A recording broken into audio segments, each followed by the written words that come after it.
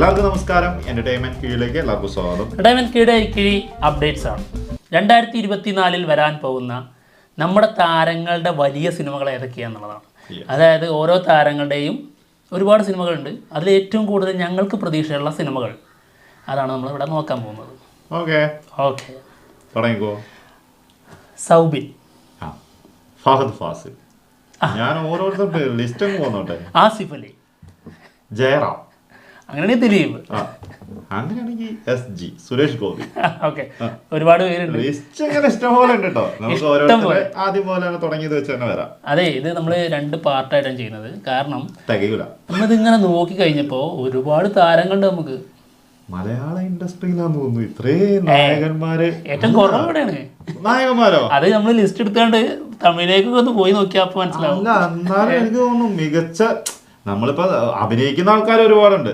അതും മികച്ച സ്റ്റാറുകളായിട്ട് മലയാളത്തിൽ തന്നെ കൂടുതലുണ്ട്. അല്ലല്ല, സ്റ്റാറുകളായിട്ട്. അതായത് ഇപ്പോ എന്താ തമിഴിലേക്ക് പോയി കഴിഞ്ഞാല് വമ്പൻ താരങ്ങൾ വലിയ സിനിമകളായിട്ട് ഓരോരുത്തരും അതായത് ഓരോ ട്രാക്ക് ഉണ്ട്. ഓരോ നോക്കിക്കഴിഞ്ഞാല് നമുക്ക് എന്ന് പറഞ്ഞു കഴിഞ്ഞാല് ഇങ്ങനെ നോക്കുമ്പോ വലിയ താരങ്ങൾ ഉണ്ട് തന്നെ ഉള്ളൂ. പക്ഷെ അതിന്റെ ലിസ്റ്റിൽ അടുത്തേക്ക് എത്തൂല തമിഴിന്റെ ഒന്നും. ഓക്കെ, എന്തായാലും നമുക്ക് മലയാളത്തിലെ പ്രമുഖ താരങ്ങളുടെ നമുക്ക് പ്രതീക്ഷയുള്ള സിനിമകൾ ഏതൊക്കെയെന്ന് നോക്കാം. സൗബിൻ്റെ Manjummel boys. Yes, Chidambaram direct ചെയ്യുന്ന സിനിമ. അതെ, സിനിമയെ കുറിച്ച് നമുക്കറിയാം. ഒരു ഗ്യാങ്, ഒരു കാലഘട്ടത്തിന്റെ സംഭവമൊക്കെയാണ് പറയാൻ പോണത്. അതെ, അതിൽ കുറച്ച് പ്രതീക്ഷകൾ കൂട്ടിയത് സുശീൽ ശ്യാമാണ്. അതെ, കാരണം ഇതൊരു ടേണിംഗ് പോയിന്റ് ആയിരിക്കും എന്നാണ് പറഞ്ഞിട്ടുള്ളത്. മലയാള സിനിമയുടെ തന്നെ ആളാണ് ഇതിൻ്റെ മ്യൂസിക് ചെയ്യുന്നത്. സംഭവം നമ്മുടെ രോമാഞ്ചം സിനിമ പോലെ തന്നെ ഒരു റിയൽ ബേസ്ഡ് സ്റ്റോറിയാണെന്നുള്ളതൊക്കെയാണ്. അതായത് 12 പേരുടെ കഥ അല്ലേ, 12 സുഹൃത്തുക്കളുടെ കഥ. ഒരു സർവൈവൽ ത്രില്ലറാണെന്നുള്ളതാണ് കേട്ടത്. അങ്ങനെ നീ രോമാഞ്ചത്തിന്റെ കാര്യം പറഞ്ഞുകൊണ്ട് ഞാൻ ഫഹദ് ഫാസിലിന്റെ സിനിമയില് നമ്മൾ പ്രതീക്ഷിച്ചിരിക്കുന്ന സിനിമ ആവേശമാണ്. ആവേശം, അതായത് രോമാഞ്ചത്തിന്റെ ഡയറക്ടർ ജിത്തു മാധവൻ ഡയറക്ട് ചെയ്യുന്ന സിനിമയാണ്. ക്യാമ്പസിലുള്ള ഒരു ഗുണ്ടയും ആ ഗുണ്ടയെ ചുറ്റിപ്പറ്റിയുള്ള ക്യാമ്പസിൽ നടക്കുന്ന കഥയും. അത് നമുക്ക് അറിയാം രോമാഞ്ചം തന്ന ഒരു ഫീൽ എന്തായിരുന്നു. അപ്പൊ അതിലേക്ക് ഫഹദ് ഫാസിലും കൂടി വരുമ്പോ അത് ഫഹദ് ഫാസിലിന്റെ ആ ലുക്കില്, അതെ, ഭീകര ലുക്കാണ്. ആ ലുക്കിൽ വരുമ്പോ ഗുണ്ടയായിട്ട് അത് നമ്മൾ കൂടുതൽ ഫഹദ് ഫാസിലിന്റെയും ഇവരുടെയൊക്കെ സിനിമകൾ കുറെ വേറെ വരാനുണ്ടാവുമായിരിക്കും. പക്ഷെ നമുക്ക് ഏറ്റവും കൂടുതൽ നമ്മൾ പ്രതീക്ഷിച്ചിരിക്കുന്ന സിനിമയാണ്. അതിലൊന്നാണ് ആവേശം. മലയാള സിനിമകളായിട്ട് നോക്കുന്നത്. ഇവര് പുറത്തും വേറെ സിനിമകൾ ചെയ്യുന്നുണ്ട്. പക്ഷെ മലയാളത്തിൽ നമുക്ക് ഏറ്റവും കൂടുതൽ പ്രതീക്ഷയുള്ള സിനിമകളാണ് നോക്കുന്നത്. അപ്പോൾ ആവേശം കൊള്ളിക്കുന്ന ഒരു സിനിമയുടെ പേര് തന്നെയാണ് തന്നിരിക്കുന്നത്, ആവേശം. അടുത്തത് ആസിഫ് അലി. ആസിഫ് അലിയുടെ ഒരുപാട് സിനിമകൾ വരുന്നു, പൊട്ടുന്നു, ഒരുപാട് വരുന്നു, പൊട്ടുന്നു. ഇത് തന്നെയാണ് സ്ഥിരം ആളുടെ പരിപാടി. ഇപ്പം അതാണ്. എന്തായാലും അതിൽ നിന്നൊക്കെ ഒരു മാറ്റം വരും 2024 എന്നാണ് നമ്മുടെ പ്രതീക്ഷ. ടിക്കി ടാക്ക, ആളുടെ ഏറ്റവും പ്രതീക്ഷയുള്ള സിനിമ ടിക്കി ടാക്കയാണ് ഞങ്ങൾക്ക്. കാരണം ആൾ ഇതുവരെ ചെയ്യാത്ത രീതിയിലുള്ള ഒരു ആക്ഷൻ സിനിമയാണെന്നുള്ളതാണ് കേട്ടത്. സാധാരണ നമുക്കറിയാം ഫീൽ ഗുഡ് മൂവിന്റെ ഒരു ആളാണ്, സ്റ്റാറാണ് ആസിഫ് അലി. അങ്ങനത്തെ സിനിമകളാണ് ഏറ്റവും കൂടുതൽ വന്നിട്ടുള്ളത്. അതിൽ നിന്നും മാറി ഒരു ആക്ഷൻ മൂവി വരികയാണ്. രോഹിത് VS ആണ് സിനിമ ഡയറക്ട് ചെയ്യുന്നത്. അതുകൊണ്ട് തന്നെയാണ് ഒരു പ്രതീക്ഷ അതിന് കൂടുതൽ. ഇപ്പം അതിന്റെ ഷൂട്ടിന്റെ ഇടയ്ക്കാണ് ആള് പരിക്കൊക്കെ പറ്റിയിരിക്കുന്നത്. അതാണെങ്കിലും 2024 ആസിഫ് അലിന്റെ പ്രതീക്ഷയുള്ള സിനിമ ടിക്കി ടാക്കയാണ്. അടുത്തത് ജയറാം. ജയറാമിന്റെ ഒരു ഗംഭീര തിരിച്ചുവരവായിരിക്കുമെന്ന് പ്രതീക്ഷിക്കുന്ന ഒരു സിനിമയാണ് എബ്രഹാം ഓസ്ലർ. നമ്മുടെ മിഥുൻ മാനുവലിന്റെ ഡയറക്ഷനിൽ വരുന്ന സിനിമയാണ്. മമ്മൂക്ക ഗസ്റ്റ് റോൾ വരുന്നുണ്ട്. മമ്മൂക്ക വില്ലൻ. അതെ, ഇപ്പൊ ചോദിക്കും നിങ്ങളോട് ആരാ പറഞ്ഞത് മമ്മൂക്ക അതിൽ വില്ലനാണ്? വെറുതെ പറഞ്ഞിരിക്കും. അത് തന്നെയാണ്. എന്താണെങ്കിലും നമ്മള് ജയറാമിന്റെ ഒരു തിരിച്ചുവരവായിട്ട് നമ്മൾ പ്രതീക്ഷിക്കുന്നുണ്ട് കേട്ടോ സിനിമ. നോക്കാം. ഒരു ക്രൈം ഇൻവെസ്റ്റിഗേഷൻ ത്രില്ലറായിട്ടാണ് സിനിമ വരുന്നത്. മെഡിക്കോ ത്രില്ലർ അല്ലേ. ഓക്കെ, അടുത്തത് നമ്മുടെ ദിലീപ്. ജനപ്രിയ നായകൻ ദിലീപ് നായകനാവുന്ന ഒരുപാട് സിനിമകൾ വരാനുണ്ട്. അതിൽ നമുക്ക് ഏറ്റവും കൂടുതൽ പ്രതീക്ഷയുള്ള സിനിമ തങ്കമണി. തങ്കമണി സിനിമയുടെ ടീസർ വന്നു. അതിൽ നിന്ന് ചെറിയൊരു പ്രതീക്ഷ പോയിട്ടുണ്ട്. പക്ഷെ എങ്കിലും നമ്മളിപ്പോഴും വിശ്വസിക്കുന്നു അതൊരു നല്ല സിനിമയായിരിക്കും എന്നുള്ളത്. അത് നമുക്കറിയാം അതിന്റെ കാരണങ്ങളും കാര്യങ്ങളും ഒക്കെ എന്താണെന്ന്. അത് വെച്ചിട്ടാണ് നമ്മളിപ്പോഴും അത് പ്രതീക്ഷിക്കുന്നത് കേട്ടോ. ആ സിനിമ നല്ലൊരു സിനിമയായിരിക്കും. എന്താണെങ്കിലും അടുത്തത് SG, സുരേഷ് ഗോപി. 257ാമത്തെ സിനിമ. സനൽ V ദേവനാണ് സിനിമ ഡയറക്ട് ചെയ്യുന്നത്. ഈ സിനിമയാണ് നമ്മൾ 2024 സുരേഷ് ഗോപിന്റെ പ്രതീക്ഷയുള്ള ഒരു സിനിമ. മറ്റുള്ള സിനിമകൾ വരുന്നുണ്ട്, അതിന്റെ ഇതുവരെ അപ്ഡേഷനും കാര്യങ്ങളൊന്നും വന്നിട്ട് പോലുമില്ല. വരാനിരിക്കുന്നുണ്ട്, ചെയ്യാനുള്ളതൊക്കെ ഉണ്ട്. പക്ഷെ ഇതാണ് ഇപ്പം റണ്ണിങ് നടന്നുകൊണ്ടിരിക്കുന്നത്. നമ്മുടെ മനസ്സിൽ നമുക്ക് പ്രതീക്ഷയുള്ള സിനിമയാണ്. ഓക്കെ, അടുത്തത് ടൊവിനോ തോമസ്. ടൊവിനോയുടേതും ഒരുപാട് സിനിമകളുണ്ട്, പല ജോണറിൽ, പല തരം, പല ഐറ്റംസ് ഉണ്ട് ആളുടേത്. അതെ. അപ്പോൾ നമുക്ക് ഏറ്റവും കൂടുതൽ പ്രതീക്ഷയുള്ള സിനിമ ARO, അജയന്റെ രണ്ടാം മോഷണം. 3 ഭാവത്തിൽ 3 കാലഘട്ടത്തിൽ വരുന്ന ഒരു സിനിമ. എന്താവുമെന്നുള്ളത് നമുക്ക് അറിഞ്ഞൂടാ. എന്തായാലും ഏറ്റവും കൂടുതൽ പ്രതീക്ഷ ഉള്ളത്, അതായത് ടൊവിനോയുടെ ലിസ്റ്റിൽ നമുക്ക് ഏറ്റവും കൂടുതൽ പ്രതീക്ഷ ഉള്ളത് ARO ആണ്. ജിതിൻ ലാലാണ്. ഞാൻ കിഴി തുറക്കാൻ പോവായിരുന്നു. നിന്റെ പറഞ്ഞു കഴിഞ്ഞല്ലോ, അടുത്തെടുക്കാൻ പോവായിരുന്നു. ജിതിൻ ലാലായിരുന്നു സിനിമ ഡയറക്ട് ചെയ്യുന്നത്. അടുത്തത് ജയസൂര്യ. ഓ മൈ ഗോഡ്, കത്തനാർ. എന്തെങ്കിലും പറയാനുണ്ടെങ്കിൽ ഒന്നും പറയാനില്ല. അവിടെ അതിനങ്ങ് നിർത്തുകയാണ്. ഇനി ഏത് വന്നാലും അല്ല, ജയസൂര്യ ഇനി ഏതൊക്കെ വരുന്നുണ്ടെന്ന് പറഞ്ഞാലും ഏതൊരു ജയസൂര്യ പ്രേക്ഷകരും ആഗ്രഹിച്ചിരിക്കുന്ന ഒരു സിനിമ അത് കത്തനാർ തന്നെയായിരിക്കും. കത്തനാറിന്റെ ഗ്ലിംസ് വീഡിയോ കണ്ടിട്ട് ഞെട്ടിയതാട്ടോ. റോജിൻ തോമസ് ഹോം സിനിമക്ക് ശേഷം റോജിൻ തോമസ് വേറെ ലെവൽ തന്നെ ആയിരിക്കും അല്ലേ? നമ്മളിപ്പോ ഒന്നും കണക്ക് കൂട്ടേണ്ട ആവശ്യമില്ല. കണക്ക് കൂട്ടാതെ കിട്ടിയ സാധനം കണ്ടിട്ട് തന്നെ ഞെട്ടിപ്പോയി. അപ്പൊ ഇനി കൂടുതൽ കണക്ക് കൂട്ടിയിരുന്ന് വരുമ്പോൾ എന്തായിരിക്കും അവസ്ഥ? എന്തായാലും ആള് അതിനുവേണ്ടി ഒരുപാട് ഡെഡിക്കേറ്റ് ചെയ്തിട്ടാണ് നിൽക്കുന്നത്. സംഭവം വേറെ സിനിമകളൊന്നും അങ്ങനെ കമ്മിറ്റ് ചെയ്തിട്ടില്ല എന്നുള്ളതാണ് കേട്ടത്. അപ്പൊ എന്തായാലും കത്തനാർ വേറെ ലെവൽ തന്നെയായിരിക്കും എന്നുള്ളതാണ് പ്രതീക്ഷ. പിന്നെ അടുത്തത് നിവിൻ പോളി. ശരിക്കും പറഞ്ഞു കഴിഞ്ഞാൽ നിവിൻ പോളിയുടെ സിനിമകൾ അത്രത്തോളം പ്രതീക്ഷ നൽകുന്ന സിനിമകൾ കഴിഞ്ഞ തവണയൊന്നും വന്നിട്ടില്ല. സത്യം. അത് അതുപോലെ തന്നെ സംഭവിച്ചും ചെയ്തു. അതാണ് യാഥാർത്ഥ്യം. സംഭവിച്ചു കഴിഞ്ഞല്ലോ, അതുകൊണ്ട് യാഥാർത്ഥ്യമാണ്. പക്ഷേ ഇനി അങ്ങോട്ട് ആള് വേറെ ലെവലിൽ തന്നെ വരുമെന്നുള്ളതാണ്. എന്തായാലും ഡിജോ ജോസ് ആൻ്റണി സംവിധാനം ചെയ്യുന്ന അടുത്ത സിനിമ മലയാളി ഫ്രം ഇന്ത്യ. അതിൻ്റെ ഒരു പ്രൊമോ വീഡിയോ പുറത്തു വന്നിട്ടുണ്ടായിരുന്നു. ആ പ്രൊമോ വീഡിയോ കൊണ്ട് തന്നെ ആ സിനിമയുടെ പ്രതീക്ഷ അങ്ങ് ഇരട്ടിയായിട്ടുണ്ട്. പഴയ പവറിലേക്ക് തിരിച്ചു വരാനുള്ള ഒരു കാരണമായിട്ടുണ്ട്. ആ ഒരു പ്രൊമോ വീഡിയോ അതിന് ഭയങ്കരമായിട്ടൊരു ഹെൽപ്പ് ചെയ്തിട്ടുണ്ട് കേട്ടോ. കാരണം നമ്മൾ പ്രതീക്ഷിച്ച അല്ലെങ്കിൽ നമ്മൾ ആഗ്രഹിച്ച നിവിൻ പോളിനെ നമുക്ക് ശരിക്കും ആ പ്രൊമോയിൽ കാണാൻ പറ്റി. നിവിൻ പോളി ഈ ഒരു ഐറ്റം പിടിച്ചാണ്ടല്ലോ പിന്നെ ഒരാൾക്കും തൊടാൻ കിട്ടൂല ആളെ. അല്ലെങ്കിലും ഇപ്പോഴാണെങ്കിൽ പോലും തൊടാൻ കിട്ടാത്ത ലെവലിൽ നിൽക്കേണ്ട ആളായിരുന്നു. അത് സ്വയം ഇല്ലാണ്ടാക്കിയതാണ് കേട്ടോ. അത് നമ്മൾ ഇപ്പോഴും പറയുന്നത് തന്നെ, സ്വയം ഇല്ലാണ്ടാക്കിയത് എവിടെ എത്തേണ്ട ആളായിരുന്നു. എന്താണെങ്കിലും അടുത്തത് പ്രണവ് മോഹൻലാൽ. എന്താണെങ്കിലും വരാനിരിക്കുന്നത് ഒരു ഗംഭീര സാധനം തന്നെയാണെന്നുള്ളതാണ്. വർഷങ്ങൾക്ക് ശേഷം വിനീത് ശ്രീനിവാസന്റെ ഡയറക്ഷനിൽ ഒരു ഗ്യാങ്ങേ വരുന്നുണ്ട്. ഇത് പ്രണവ് മോഹൻലാലിന്റെ സിനിമ എന്ന രീതിയിൽ മാത്രമല്ല കേട്ടോ. അതായത് 2024 നമ്മൾ പ്രതീക്ഷിക്കുന്ന വലിയ സിനിമയിൽ ഒരു സിനിമയാണ് വർഷങ്ങൾക്ക് ശേഷം. തീർച്ചയായിട്ടും പ്രണവ് മോഹൻലാൽ ഹൃദയം എന്ന സിനിമയ്ക്ക് ശേഷം വീണ്ടും വിനീത് ശ്രീനിവാസന്റെ കൂടെ കൂടിയിട്ടുള്ള സിനിമയാണ്.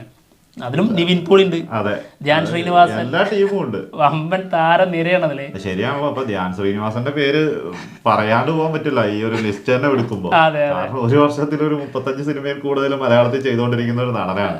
35 വരെ ഞങ്ങൾ എണ്ണീട്ടുള്ളൂ, അതിന് മുകളിലുണ്ടാവും. കാരണം അത്രയും വലിയൊരു നടനെ നമ്മള് ഒഴിവാക്കാൻ പാടില്ല. അപ്പൊ ആളുടെയും ഇതിനകത്ത് തന്നെ ഉൾപ്പെടുത്തി പറഞ്ഞു പോവാം. കാരണം ആളുടെയും നമ്മൾ പ്രതീക്ഷിച്ചിരിക്കുന്ന, കൂടുതൽ ആഗ്രഹിക്കുന്ന അല്ലെങ്കിൽ കാണാൻ ആഗ്രഹിക്കുന്ന സിനിമ തന്നെയാണ്. ധ്യാനോട് പ്രത്യേക എന്തോ ഒരു നമ്മുടെ വീട്ടിലെ ആള് എന്നുള്ള രീതിയിൽ ഒരു പ്രത്യേക ഇഷ്ടമാണ്, ഒരു വാത്സല്യം വരെ ഉണ്ട് ആളോട്. എന്തായാലും ധ്യാനിന്റെ വരാനിരിക്കുന്ന സിനിമകളിൽ നമുക്ക് ഏറ്റവും കൂടുതൽ പ്രതീക്ഷയുള്ള സിനിമ ഇത് തന്നെയാണ്. വർഷങ്ങൾക്ക് ശേഷം തകർക്കുമായിരിക്കും അല്ലേ? കാരണം അത്യാവശ്യം നല്ല റോള് തന്നെയാണ്. അതായത് പ്രണവിന്റെ കൂടെയുള്ള ക്യാരക്ടറാണ്. ഇതിന്റെ ഫസ്റ്റ് ലുക്ക് ഇതിന്റെ ഫസ്റ്റ് ലുക്ക് നമ്മൾ കണ്ടതാണ്. ഗംഭീരം ഗംഭീരം ഗംഭീരം. അടുത്ത ആളാരാ പറഞ്ഞോ? ദുൽഖറോ ലിസ്റ്റിൽ ഇല്ലാത്ത ആളാണല്ലോ. നടനാണ്, പക്ഷെ സിനിമയില്ലല്ലോ. സിനിമയും കൊണ്ട് ആള് വന്നിട്ടില്ലല്ലോ. 2024 നമ്മളിങ്ങനെ ഞെട്ടിപ്പോയിട്ടോ. ഒരു സിനിമ പോലും ഇതുവരെ കമ്മിറ്റ് ചെയ്ത് 2024 കമ്മിറ്റ് ചെയ്യാത്ത ഒരു നടനാണ് ദുൽഖർ. മലയാളത്തിൽ കേട്ടോ, മലയാളത്തിലേക്ക്. So sad. ശരിക്ക് മമ്മൂട്ടിയോളം മോഹൻലാലിനോളം അതായത് ബോക്സ് ഓഫീസ് പൊട്ടൻഷ്യലുള്ള സ്റ്റാറാണ്. കിങ് ഓഫ് കൊത്ത അത്രത്തോളം മോശം റിവ്യൂ വന്നിട്ട് പോലും എന്താണ് അതിൻ്റെ ഇമ്പാക്റ്റ് ഉണ്ടാക്കിയെന്നുള്ളത് നമുക്കറിയാം ബോക്സ് ഓഫീസിൽ. അപ്പോൾ അത്രത്തോളം ക്രൗഡ് പുള്ളർ ഉള്ളൊരു നടനാണ് മലയാളത്തിൽ സിനിമ ചെയ്യാതിരിക്കുന്നത്. What a pity. സത്യം. നമുക്കാ ഒന്ന് കാണുകയാണെങ്കിൽ ഒന്ന് ഉപദേശിച്ചു പിടി. അത് കണ്ട് പഠിക്കേണ്ടതാണ്, ഉപദേശിച്ച് നന്നാക്കേണ്ടതല്ല. അത് അവിടുന്ന് കണ്ടു പഠിക്കുന്നത്. എത്രയോ സിനിമകൾ പരാജയപ്പെട്ടിരിക്കുന്നു പറയുന്നത്. അത് ഒന്നല്ല, കണ്ടിന്യൂസ്. ഇപ്പം ലാലേട്ടൻ്റെ ആണെങ്കിൽ നമുക്ക് എടുത്ത് ഉദാഹരണം പറയാം. ഇപ്പൊ 4 വർഷമായിട്ട് കണ്ടിന്യൂസ് ഒരു ഹിറ്റ് കിട്ടാത്ത ലാലേട്ടനാണ് ഇപ്പൊ നേരെന്ന് പറഞ്ഞ സിനിമ. അങ്ങനെ അവര് ഇങ്ങനെയൊക്കെ ഒരു തളർച്ചയിലേക്ക് പോവുകയാണെങ്കിൽ ഇവരൊക്കെ സിനിമ ചെയ്യുമോ? പിന്നെ തളരരുത് രാമൻകുട്ടി, തളരരുത്, തിരിച്ചു വരൂ. അടുത്തത് ഒരുപാട് പേരുണ്ടല്ലോ, പേരൊരുപാടുണ്ട്. ഇത് ഓരോ നമ്മളിങ്ങനെ സംശയിക്കുമ്പോഴായിരിക്കും ഇവര് ചിന്തിക്കുക ഇവരൊക്കെ എങ്ങനെ ഇത് പാർട്ട് 2 ചെയ്യാൻ പോകുന്നത്. പാർട്ട് 1 തന്നെ ആളെ തെരഞ്ഞെടുത്ത് കിട്ടാൻ പോലെ ആൾക്കാരുണ്ട്. പക്ഷെ എന്താ പറയുക, നമ്മളിങ്ങനെ ഓരോന്നും ഓർത്തെടുത്തിട്ട് വേണം പറയാൻ. വേറെ പേര് പറയണ വേറെ സിനിമകളൊക്കെ വരണ്ടേ. അതെ അതെ. അങ്ങനെയാണെങ്കിൽ ബിജു മേനോൻ കിടക്കട്ടെ. വാവ്, തുണ്ട്. സത്യം നമുക്ക് കളിയാക്കായിരുന്നു കേട്ടോ. ഞാനിങ്ങനെ ഓരോരുത്തർ പേര് പറയും, ഈ സിനിമയിൽ പറയണം, ഡയറക്ടർ വരും പറയണം. കളിയാക്കായിരുന്നു എന്ന് പറയുമ്പോ അവരെ കളിയാക്കായിരുന്നു എന്നുള്ളതാണ് ഉദ്ദേശിക്കുന്നത്. അങ്ങനെയല്ല, ഇതൊരു കളിയാക്കി പോലെ ചെയ്യാമായിരുന്നു എന്നാണ് ഉദ്ദേശിച്ചത്. ഓക്കെ. തുണ്ട് തുണ്ട് തുണ്ട് നമ്മുടെ ഉണ്ട പോലത്തെ ഒരു റിയലിസ്റ്റിക് സിനിമ, അതായത് പോലീസ് സ്റ്റോറിയാണ്. ഉണ്ട തുണ്ട് സെയിം. അതിന്റെ ഫസ്റ്റ് ലുക്കും ഏതാണ്ട് അതുപോലെ തന്നെ. അതെ, നീ പറഞ്ഞത് പോലെ തെറ്റൂല. പക്ഷെ നീ പറഞ്ഞ ഒരു സ്റ്റൈലില്ലേ, അത് കേട്ടിട്ടാണ് എനിക്ക് ചെയ്യുന്നത്.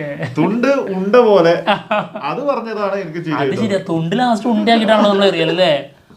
തുണ്ടൊക്കെ വെക്കും, അതേപോലെ ഒരു സിനിമ ആയിരിക്കും. എന്തായാലും തുണ്ട് ബിജു മേനോന്റെ അടുത്ത പോലീസ് വേഷമാണ്. അത് നല്ലൊരു റിയലിസ്റ്റിക് സ്റ്റോറി, ഒരു ടച്ച് ഒക്കെ ഉണ്ട് അതിന്റെ ഫസ്റ്റ് ലുക്ക് കണ്ടപ്പോ. അങ്ങനെ തന്നെ ആയിക്കട്ടെ. അതെ, എന്തായാലും വളരെ പ്രതീക്ഷയുള്ള സിനിമയാണ്.